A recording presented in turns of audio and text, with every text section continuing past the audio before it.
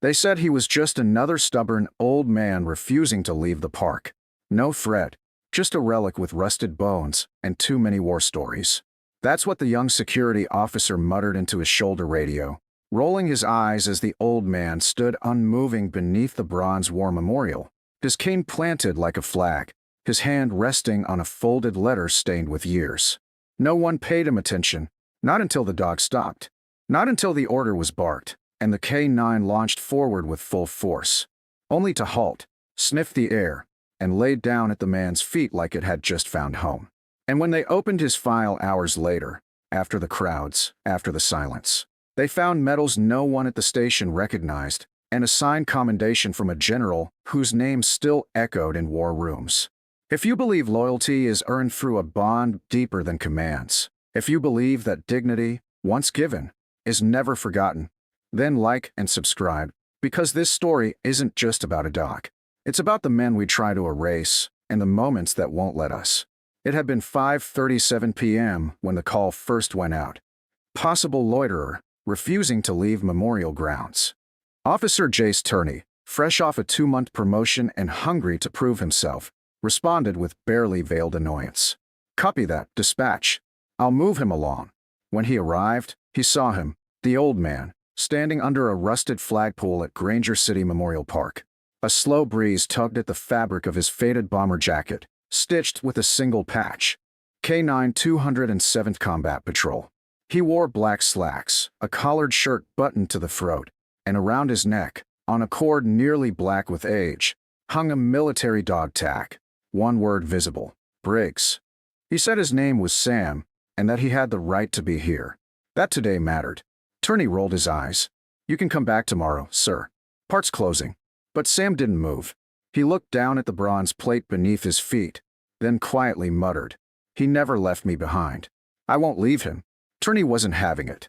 Within minutes, he called for support. "Bring in the K9, he said flatly. "He's not complying." The handler came swiftly. The dog's name was Rex, Black and Tan Shepherd, lean, all nerves and power. Trained for takedowns, not sentiment. As Rex approached, barking and snapping on command, Sam didn't raise his hands. He simply knelt, slowly, painfully, one knee grinding into gravel as he lowered his hand, palm facing down. "Easy now," he whispered. That's when it happened. Rex stopped, mid-charge, sniffed once, then twice. The growling ceased. The dog inched closer, then curled gently at the man's feet and placed its head on Sam's knee like it had come home. You could hear the confusion over the radio. "Repeat, K9 is non-compliant. Non-aggressive. Handler attempting secondary command, but it didn't matter. Rex wouldn't budge. Not an inch. The park went quiet. Pedestrians stopped. Phones came out. And Sam placed his hand on Rex's head and whispered, "You remember, don't you, boy? Because once, long ago, before the arthritis, before the gray overtook the chestnut in his hair, Sam Briggs was Staff Sergeant Samuel Briggs of the 207th K9 Recon, and Rex wasn't just a number. He was his. They had walked together through minefields, slept side by side in freezing blackouts. On March 11th, 1972, Sam had carried Rex out of a burning outpost with a bullet in his leg and smoke in his lungs. And then they were separated. The war ended. Files vanished. The bond didn't. And now, decades later, in a park named after battles no one read about anymore, a dog who'd been reassigned, retrained, and repurposed remembered. He didn't need orders. He knew. The officers didn't. Not yet. But someone finally checked the records, after Sam was taken to the station for questioning. They opened the box he always carried. Found the dog's old deployment badge. Found the handwritten letter from a long-dead general. This man saved more lives than anyone will ever know. If he ever comes knocking, you open the damn door. There was no press release. No parade. Just a quiet reassignment of the dog. An apology signed in ink instead of sincerity, and a note from the K9 handler requesting leave. But from that day forward, Sam was never alone at the monument. Every afternoon at 5:30, they walked together. One man, one dog. No leash, no words. Just history on 4 legs, and a promise that loyalty never forgets its way home. They said it was luck. A training glitch. An isolated act of confusion by an aging K9. That was the official line peddled in briefings and typed into shallow reports. But those who saw it with their own eyes, those who stood in that park and felt the air change the moment the dog laid down, knew better. The story had already slipped into whispers.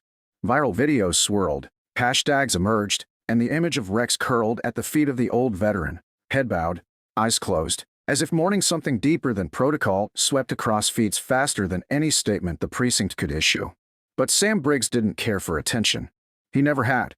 When a local reporter knocked at his modest brick home 2 days later, camera crew in tow, Sam met them with a quiet shake of the head, a soft no comment, and a bowl of water placed on the porch for the dog lying dutifully beside his rocking chair. "He remembers me," was all he said. And for a man like Sam, that was enough. But others weren't done digging.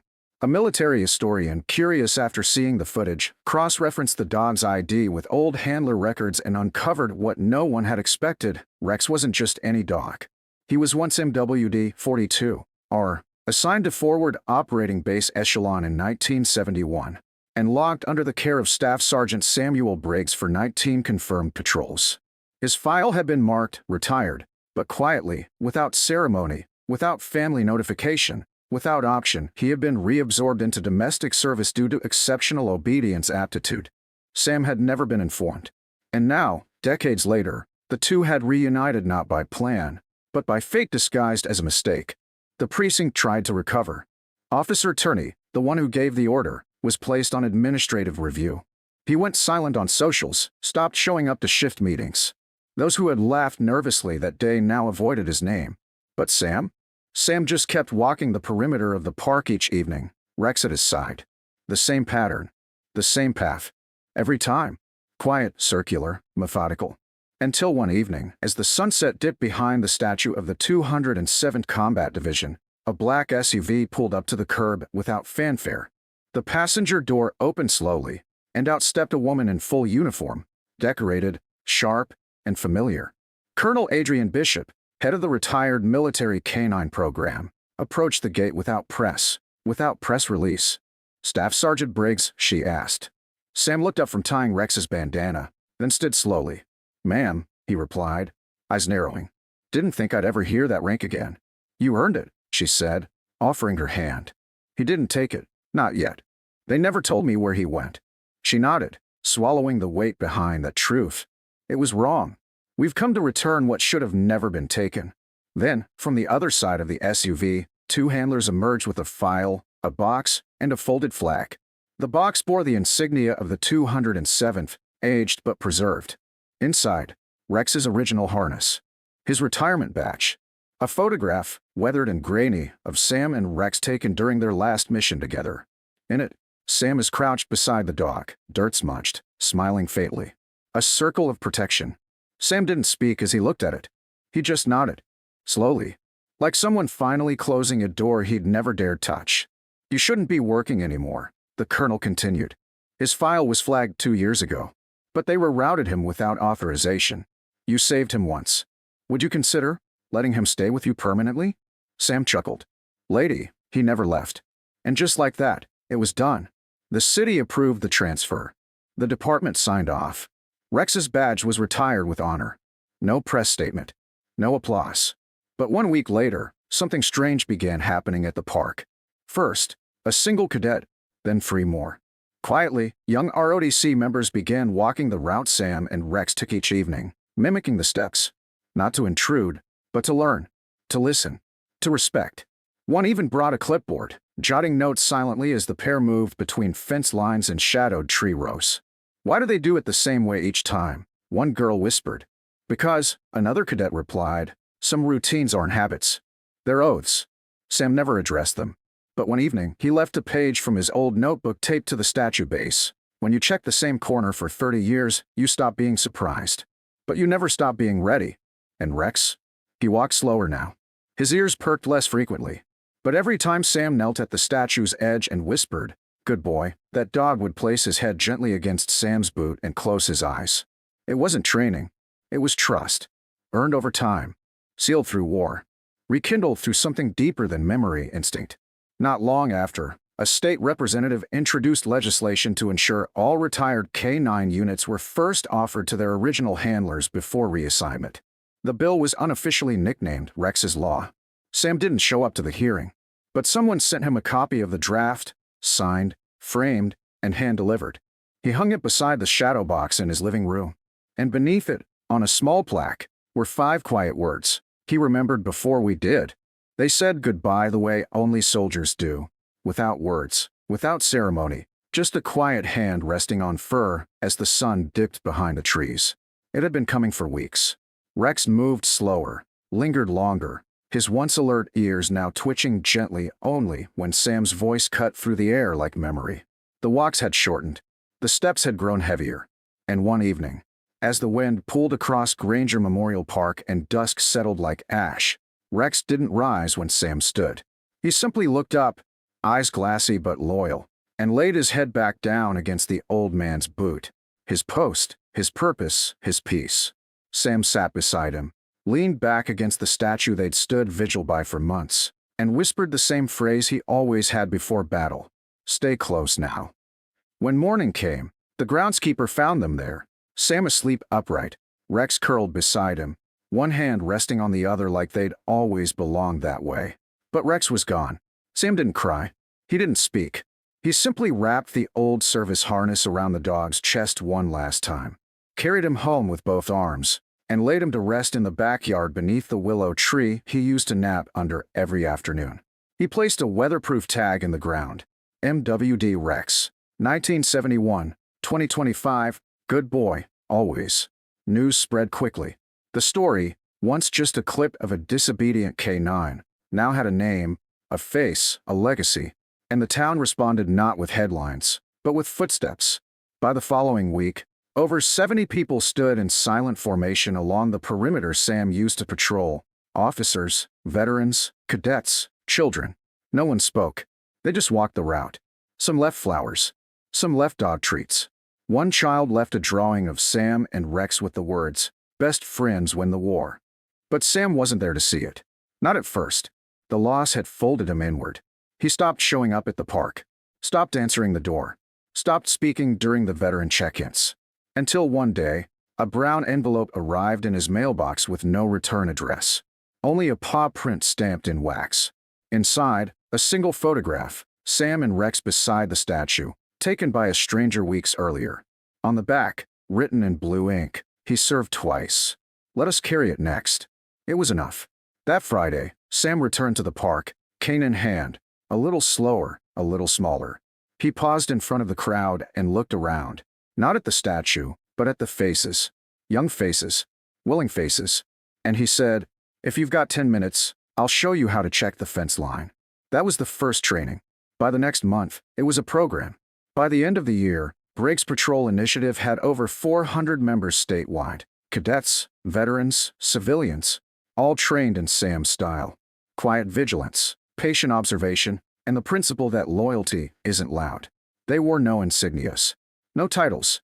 Just brown armbands with one stitched word. Watch. The state declared March 11th K9 Loyalty Day, and every school held a moment of silence for handlers and their partners, both returned and left behind. Sam never spoke at those events, but he always stood in the back, hat in hand, as the children read the same story aloud.